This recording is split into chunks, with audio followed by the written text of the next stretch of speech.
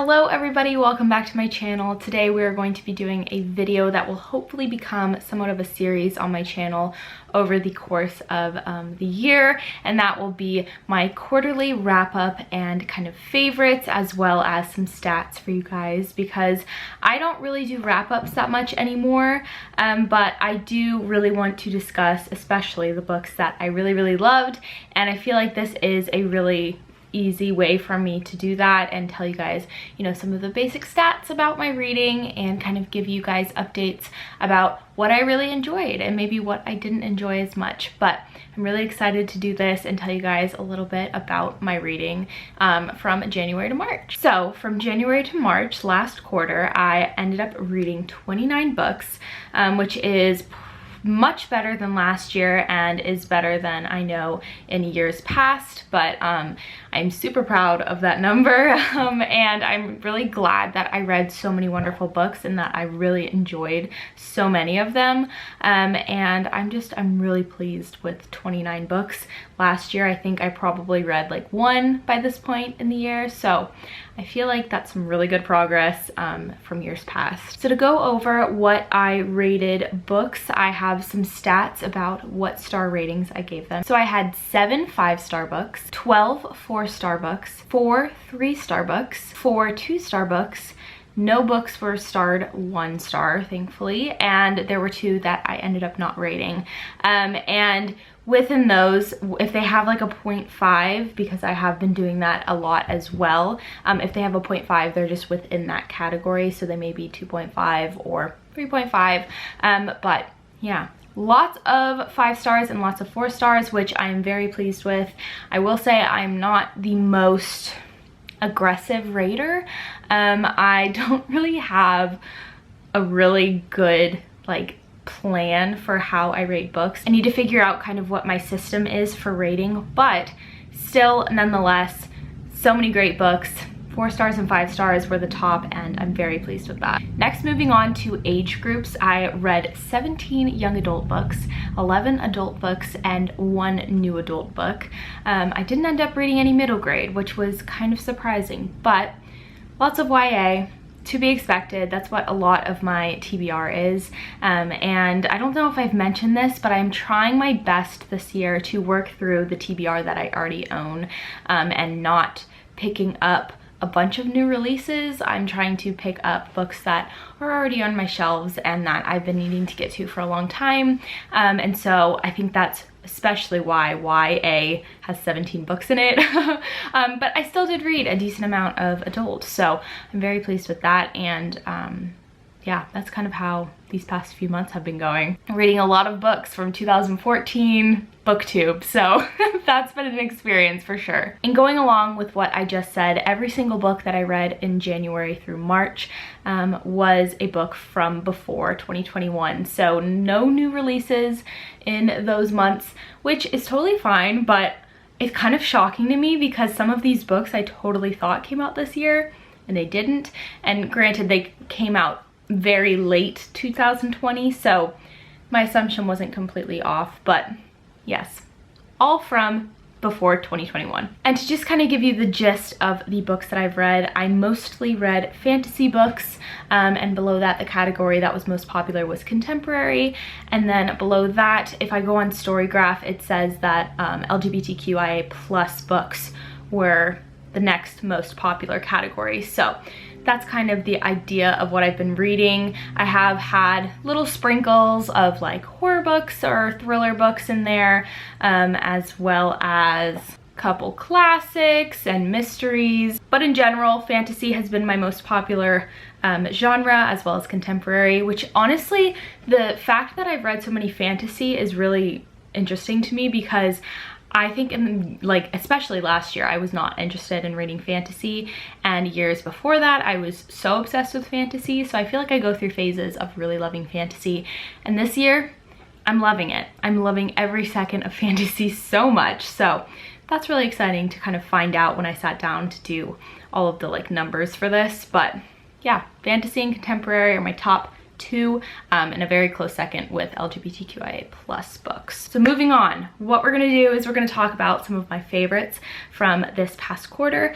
as well as some of my disappointments. I wouldn't say like I hated them because I didn't have any 1-star books.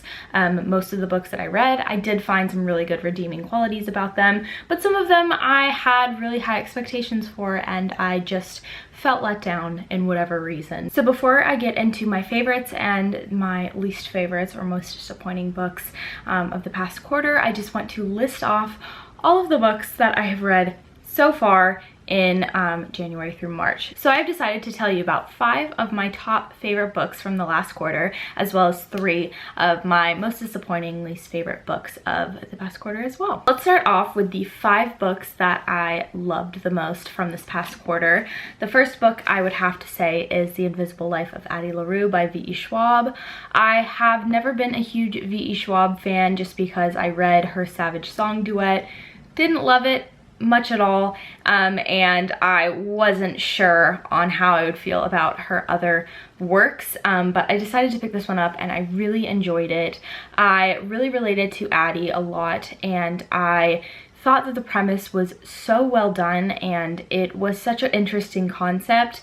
We follow a girl named Addie and she is cursed when she runs away from a planned marriage, and she finds out that she is cursed with the fact that everyone she meets will forget her and forget her name, and so she lives this life on the run over these many years until one day she meets a boy and he does not forget who she is, and it's about that journey and that story, and how she lives this long eternal life before finding this boy who remembers who she is, and it changes everything. I was just so engrossed in this world and the atmosphere of it, as well as just Addie herself. I just really enjoyed her, and I'm floored by it. I think about it all the time and I definitely want to reread it. This is one that, even though I wasn't sure how I'd feel about it, I still annotated it because I had a good feeling, and that good feeling was right, and this was the first book I read in 2021. So very successful start to the year. I'm not going to try and give you like proper synopses of these because my brain fizzles out after like a month of reading a book. I kind of forget some of the details, but still, I'm going to try and give you a little bit so that you guys will know what these books are generally about. Next, we have a fan favorite. So many people absolutely love this book, and I am also one of those people now, and I'm very pleased to say that. And the book that I read was Radio Silence by Alice Oseman. I have read Heartstopper by Alice Oseman and loved it. I really do like her writing a lot, and so I was really curious to see how I would feel about this one, which I would probably say is her most popular work. And not disappointed in the slightest. It was so engrossing and so enlightening, and I loved these characters. Again, I think about them all the time. I also really love the aspect of the radio talk show and just the camaraderie and friendship that these characters find between each other, as well as just self-discovery.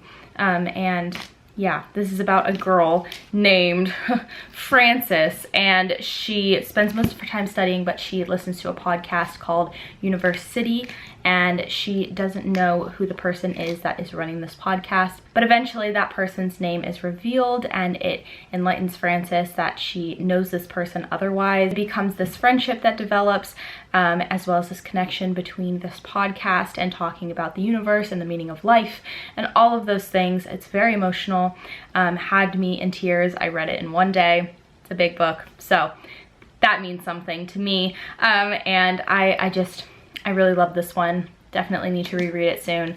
And I feel like I can just join the bandwagon now. I'm a part of the Radio Silence bandwagon. Next, we have one that is probably, out of this whole list, my favorite. Anna Marie Michelmore has my heart. I absolutely adore their writing, and this book is Blanca and Roja. So this is a magical realism take on 2 fairy tales, Snow White and Rose Red, as well as Swan Lake.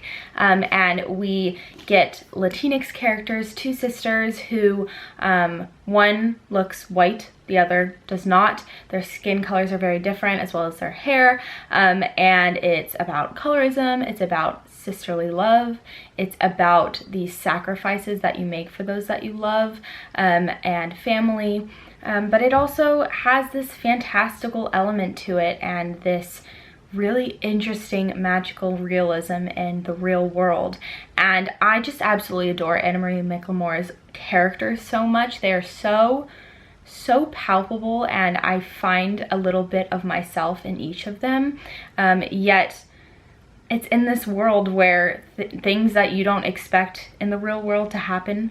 And it was so engrossing. I could not put this down. I would read it on my phone when I had a chance at work because I was so obsessed with it. And the writing was absolutely gorgeous. I just am so enthralled by this book and this author's writing. So absolutely love this one. One of my favorites of all time, definitely my top favorite of the year. Also made me realize I don't like swans. But I don't think I like loved swans to begin with, but definitely made me not like swans after that one. Next we have one that I have always wanted to read over the course of the past few years as I started like my reading journey, and I finally decided to pick it up, and I'm so glad I did, and that is Daughter of Smoke and Bone by Laini Taylor. I have never read a Laini Taylor before, but I always wanted to. Everyone loves this author, and I always wanted to pick up some of her works, and I'm so glad that I finally did. This is such a fun world and such fun characters and such a fun fantasy. It's about a girl named Karou, and she basically has these connections to these outer worldly people, and she collects bones for this person who's kind of raised her. And that's really all I knew going in, and honestly it's kind of hard to like wrap what this book is about into one package and then tie with a bow. This is just such an interesting story, and I really do love the world of this, even though this came out I think in like 2012 or something, 2011, and it still feels like fresh and relevant, and I really enjoyed this a lot. I gave this 4 stars, but still really excited about it, and I am now finishing the last in the series, so hopefully that goes well. But I love this, and I also love this new cover. It's a very interesting and intricate world that Laini Taylor has weaved through this, so definitely check it out if that sounds like it would interest you. So the last book out of the top 5 of this past quarter is one that I want to get emotional just thinking about because it really was so hard-hitting but so important, and that was The Death of Vivek Oji by Akwaeke Emezi. I think I saw Noelle talk about this book, and I had seen it other places as well, and so I really wanted to check it out and pick it up, and I picked it up physically, but then I decided to listen to it on audio because I needed a new audiobook, and it wasn't that long of one. But I went into this book not knowing much. It does say on the opening blurb of it, one afternoon in a town in southeastern Nigeria, a mother opens her front door to discover her son's body wrapped in colorful fabric at her feet. And that just intrigued me right from the start. But what I loved about this book is that you really didn't know what was going to happen in the end until the end, even though you have this knowledge and idea that Vivek Oji will die by the end. And I thought it was masterfully crafted. Every single part of this just had me holding a breath. I didn't know I was holding. No, it had me by my heartstrings, and I was just wanting the best for Vivek so badly, and just wanting for Vivek to find peace and love and happiness and contentment in themselves. And it was so impactful and so emotional, and I think everybody should read this. It is such a great glimpse into a person's life about self-discovery and what it means to not be able to be your truest self in your lifetime. Oh, I'm gonna get emotional talking about it. Anyways, so good. Probably the second favorite of the quarter, but wow, was it impactful and beautiful and just absolutely incredible. Listen to it on audio if you have the chance. I thought it was really, really well done, and I would definitely recommend. Moving on to most disappointing, I don't have a ton to say about these, but I thought I would mention them because some of them are pretty popular. I know most of them though people have pretty similar opinions about, so I don't think it's gonna be that shocking, but they are pretty popular books, so I thought I would just discuss them. So the second book that I ended up reading in 2021 is Girl, Serpent, Thorn by Melissa Bashardoust. I looked it up. I've been saying it wrong the whole time. It's Bashardoust. No, it's Bashardoust. I've been saying it wrong. I'm so sorry. By Melissa Bashardoust. And this is about a girl named Soraya, and she has lived her life in hiding because I think by touching her, she's poisonous. I can't even remember because I just really didn't vibe with this one. But it's an LGBTQ romance, and I really enjoyed that aspect of it. I just felt like it was lacking. I thought it was whimsical and exciting, but it was too short for me to really get a grip of the world as well as really feel for the characters. I felt like there was just always this layer protecting me from feeling like I really knew these characters and understood what was going on. So that was disappointing to me because I know a lot of people were really excited about this one, myself included. I read Melissa Bashardoust's book before this, which was Girls Made of Snow and Glass. Yes, Made of Snow and Glass, and I got that as an ARC years ago and I absolutely loved it. One of my favorite books of that year, but this one just did not give me what I wanted. I just was left wanting more and feeling like I just didn't get a full grasp of what I thought the story had potential wise. So this was disappointing. I'm not gonna say I hated it because I didn't. I gave it 3 out of 5 stars. I just wanted more. And that's all I'm going to say about that. Next, we have another very popular one, and this was very disappointing for me because while reading it, I really enjoyed it. But generally, there were a lot of things that I didn't love, and that was Mexican Gothic by Silvia Moreno Garcia. This was scary and freaky, and I will never think about mold the same way ever again. But I guess the reason I didn't love this was the love story. Like, I felt like that was just absolutely unnecessary. I didn't need the love story. I didn't need that aspect. I just wanted her to be in a creepy house, and that was the end of it. So I didn't hate this again. I was very engaged with it, but there were things I did have problems with. I had problems with the romance, as well as we talked about incest in here, and there was like a big thing about incest, and that's not my jam. I'm not really into that. I'm not really that, like, that's not something I'm wanting to read about. So there's just a bit too much of that. I felt uncomfortable about it. But otherwise, the rest of the story, the atmosphere of the story was great. The eeriness, the like misunderstanding of what was going on, just feeling very on edge, that was great. Didn't like that kind of content, the uncomfortable stuff. So that was disappointing for sure, but I'm glad I read it because I do think that the main character, I thought she was very interesting and strong, and I really, really did like her. But there was a plot twist at the end I wasn't a fan of. I don't know, just disappointing. I did end up giving it 3 stars, so again, not horrible, but a disappointment. And lastly is one that I feel like over the course of the time since I've read it, I have decided on like lowering my rating about it because the more I sat with it, the more I realized it wasn't as good to me as I thought it was initially, and that is These Violent Delights by Chloe Gong. I have this inside out because I have like dust jacket cover on the inside, but this was good. It wasn't my favorite though. I love Shakespearean retellings, love them, and so I was so excited about this. I loved that we were set in 1920s Shanghai and that we were following gangs of these really badass people, as well as, you know, there's just this reworking of Romeo and Juliet that I've never seen done before, and I absolutely loved that aspect of it, and the little blips of like obvious Shakespearean references. It was super fun for me, and it made my little nerdy heart skip a beat. But I just felt like this was lacking, and I didn't want to really admit it to myself just because I did love the Shakespearean aspects, and I did like the characters, but I felt like I went in, or at least this was made out to be, maybe wrongfully on my part, I was assuming this, but I assumed that there would be a bit more romance stuff going on. It was pretty dry on that aspect, and I get enemies to lovers is what this is trying to do.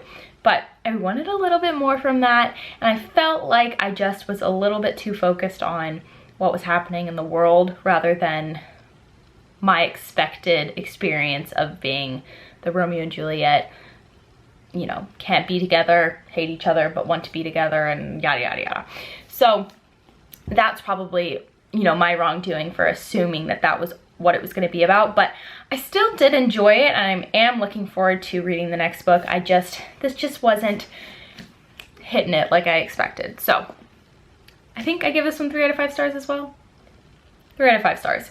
All of these were not bad. Like, I would recommend them to a certain person. I just was disappointed. I had high expectations for all 3 of these, and I was just let down a bit. So that is going to be it for my quarterly wrap up from January to March of 2021. I hope you guys enjoyed this. It was very fun to talk about these books. I haven't done a wrap up in a long time, and I don't know if I will start doing wrap ups again. I am liking this idea of doing them quarterly just because I feel like that way I can really narrow down the books I really want to talk about and the books that I read but I don't really have much to say about. So I think that might be a good idea. But thank you guys again so much for watching. I hope you guys enjoyed. If you did, definitely like and comment down below anything you want to say, anything about these books, as well as subscribe and hit the bell for notifications when I upload. And if you guys want to comment but you don't know what to say, comment down below a red heart emoji, because I feel like this quarter went really, really well, and I liked so many books that I read, and I'm just feeling really great about how this year is going so far. A little sneak peek so far, I have read 39 books, so I am 10 plus what I've just updated you on, which you guys will get glimpses of what I'm reading in my weekly reading vlogs and things that come out like that. But yeah, it's been such a great quarter and such a great reading year so far. I wouldn't say it's a great year. I would say it's a great reading year. But I've had so much fun, and thank you guys for listening to me ramble about the books that I've read. But I will talk to you guys in my next one. Stay safe and happy, and I will see you guys very soon. Bye.